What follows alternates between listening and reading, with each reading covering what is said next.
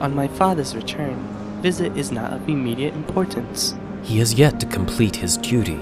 Let us join the assembly and hear the account of his venture. I have yet to heed the advice of General Liber. His raids upon the eastern villages have provided notable compensation for his actions beyond my decree.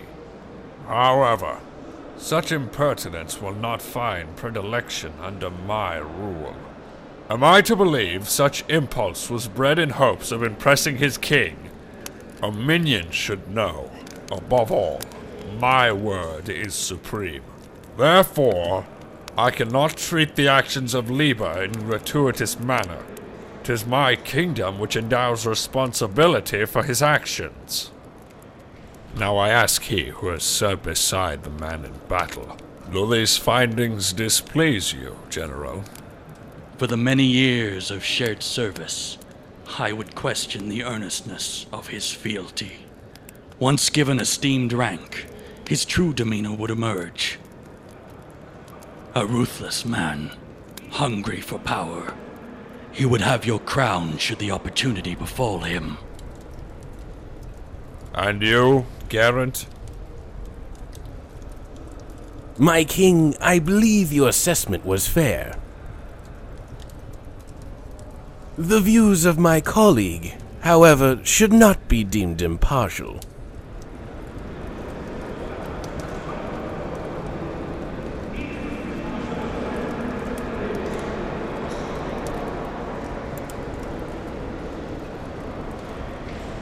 Silence! What could influence his judgment? These men have quarreled in the past. A young soldier, I fought in the battle for Castion. Liber was stationed amongst the trees, ordered to await Atton's call. We agree upon his impatience, for this is the man's calling. He is a great killer, a clever one as well.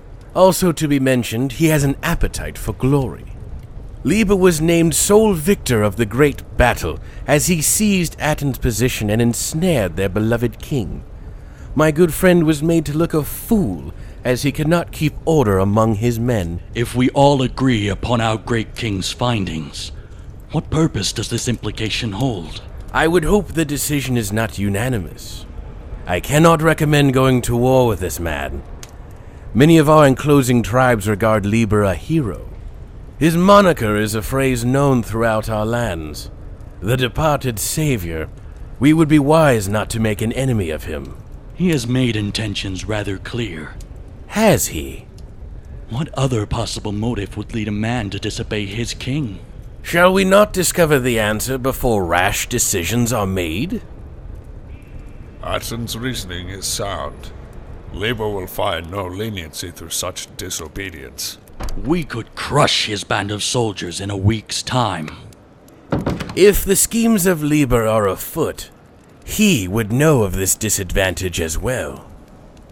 A fool he is then.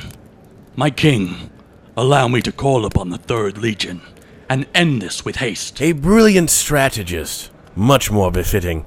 Our discussion may be occurring as he would have hoped. Clarify this notion. Should Liber have rallied the outer encampments, his forces will have swelled considerably. The animosity he feels to Atton is famed in our time.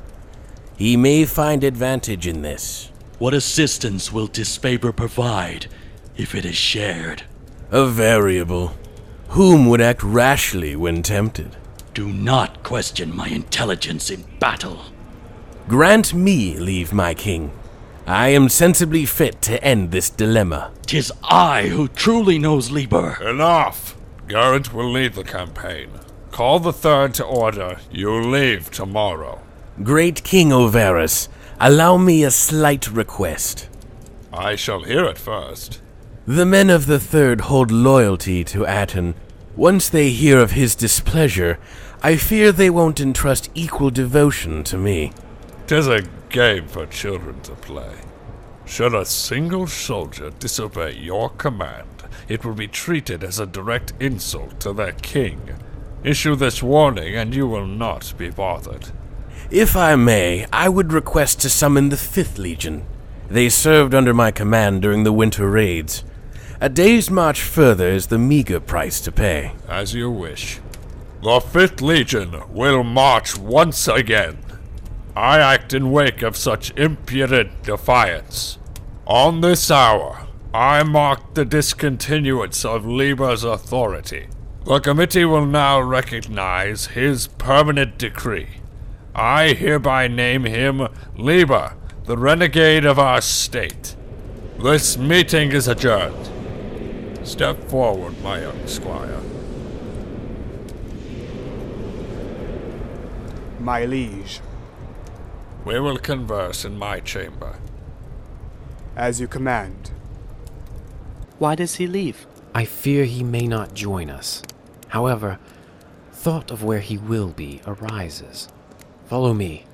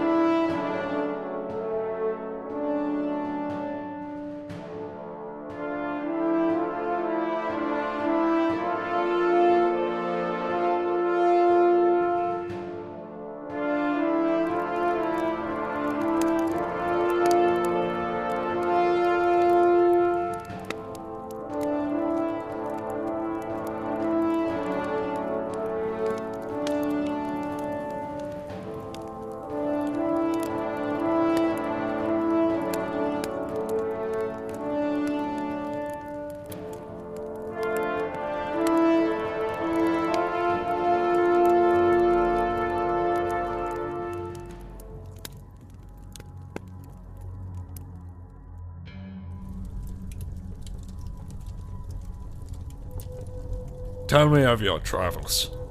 Much knowledge was accumulated, yet few contacts remained loyal. I descended the great river. The moon would expand and contract twice. At the third ravine, I met Remio, the only swine berserker to arrive on time. He took payment and endowed much insight of their clans. Do they stand united? Far from it, my king. They have fractured into 7 factions. The chosen names only exemplify their simple nature. Iron Eaters, Cave Rats, Creek Dwellers, names as such. True savages. Their simplicity makes them a dangerous foe. Continue the account of your venture. Remiel serves the chief of the Stone Hoarders. The Berserkers would commonly ascend rank through combat. Mukesha, the Stone Hoarder chief, achieved status through his wit. How was this accomplished? An estimated 30 members of the tribe sought to lead. Mukesha placed no offer to the people. He merely proposed a tournament. The final standing Ront would be inaugurated. He waited. One by one, they killed each other until a single remained. As he cried out in victory, exhausted from a day of bloodshed, Mukesha pierced his skull with a spear. There were none left to lead. I like this one. I believe he is the most palpable candidate. Fine work. You will continue your journey at once. Great King Ovaris, I would not... I haven't the time, young servant. Accomplish this task and the rewards will outweigh hardship. You have my word. Yes, my king. In principle, Mukesha will know he himself is most suitable. A band of our worthy scouts will accompany you as peace is made with him. Leaders of the remaining tribes must be quietly eliminated. He then will rally those leaderless. And you are sure he will comply? He is no chief. A mere opportunist. And I will give him a crown.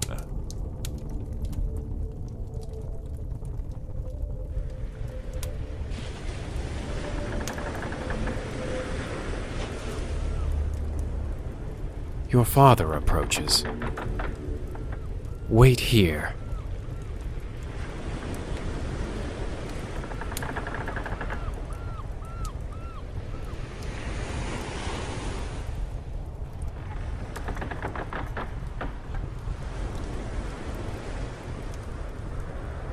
Brother! I will join you in a moment. Yes, sir.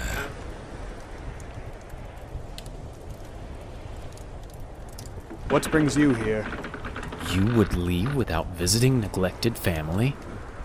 My appearance would only fuel such agony my work is burdened on the poor boy. Each night he waits for you. Now you would crush the one thing he has dreamt of late. He sits but several paces from you now.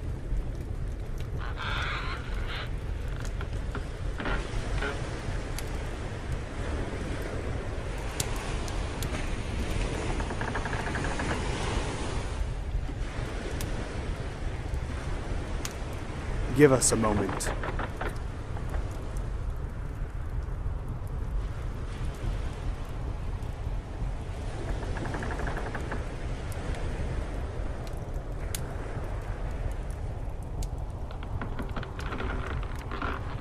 I am here, young one. Embrace your father and see him off.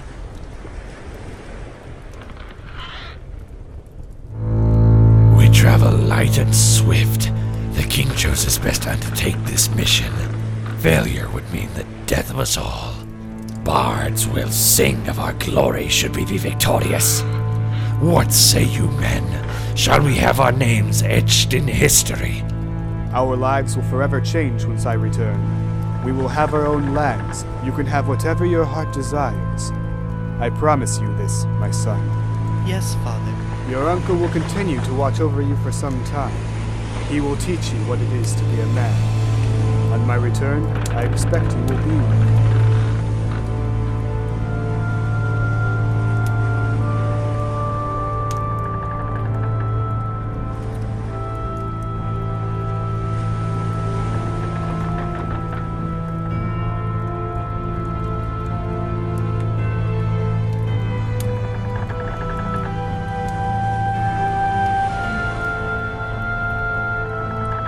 The men are ready.